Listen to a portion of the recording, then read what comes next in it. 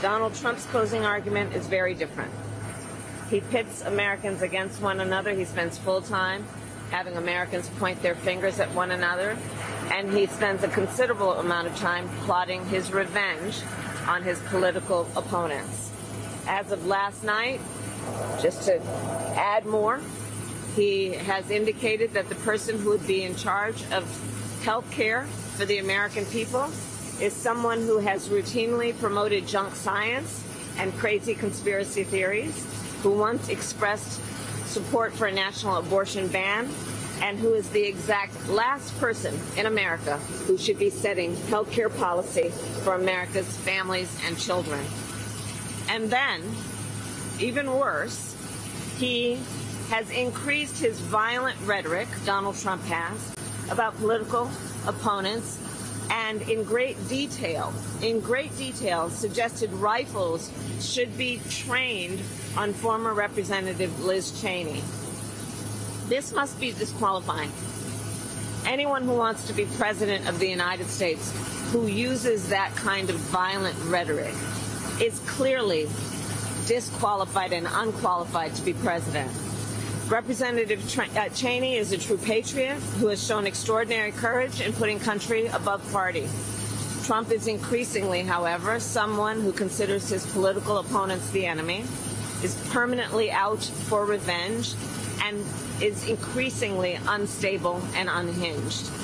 His enemies list has grown longer, his rhetoric has grown more extreme, and he is even less focused than before on the needs and the concerns and the challenges facing the American people. I have also thought a lot about what this means in terms of our standing in the world.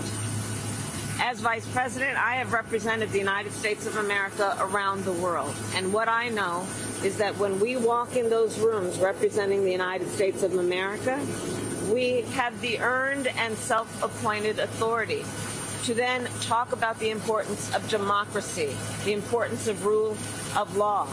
And as a result, people around the world who are fighting for freedom and opportunity hold us up as a model. America deserves better than what Donald Trump is offering. America deserves a president who understands our role and responsibility to our people and to the rest of the world to be a model. So I'll end with this. Voters are making their decisions. Many have voted, but there are still those who are making a decision about who they'll vote for.